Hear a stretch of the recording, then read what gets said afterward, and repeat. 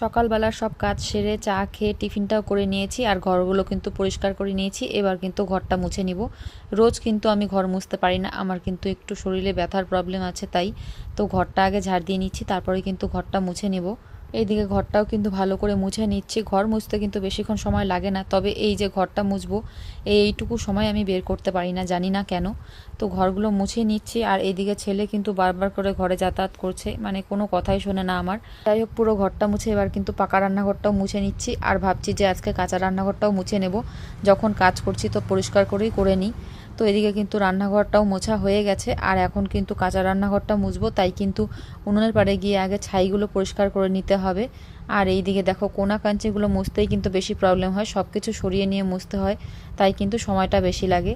তো যাই হোক, এই কাজগুলো তো করতেই হবে। এইদিকে দেখো, রান্নাঘরে এসে কিন্তু ছাইগুলো আগে উঠিয়ে নিলাম।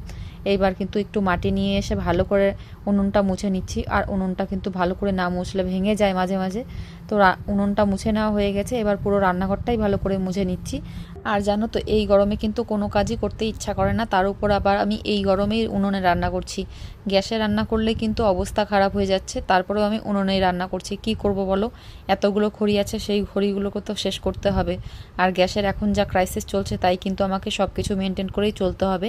এইদিকে কলের পাড়ে এসে সকালে টিফিন খাওয়া যে বাসনগুলো ছিল সেইগুলো কিন্তু ভালো করে মেজে নিলাম।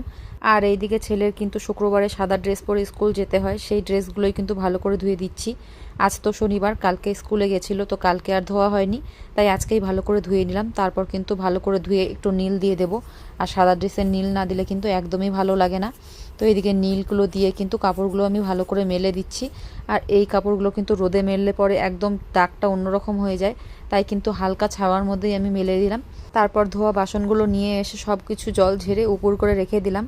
তারপর কিন্তু বর গেছিলো একটু জলপাইগুড়ি, ও কিন্তু চলে এসেছে বাজার নিয়ে। এদিকে নিয়ে এসছে আম, আর যা গরম দিয়েছে তাই কিন্তু একটু আম কেটে নিলাম, সবাই মিলে কিন্তু আম খেয়ে নিলাম। তারপর কিন্তু রান্নাবাড়ি করতে হবে, তাই মাছগুলো নিয়ে কলের পাড়ে চলে